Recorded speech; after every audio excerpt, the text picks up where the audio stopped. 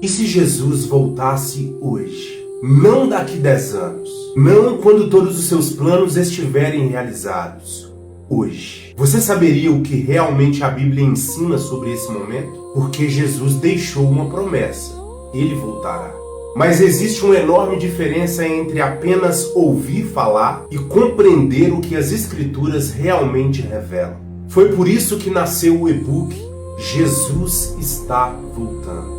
Um estudo desenvolvido para conduzir você pelas Escrituras, compreender as profecias e fortalecer a sua fé para aquilo que está por vir. Porque estar preparado não significa viver com medo. Significa viver com fé, conhecimento e propósito.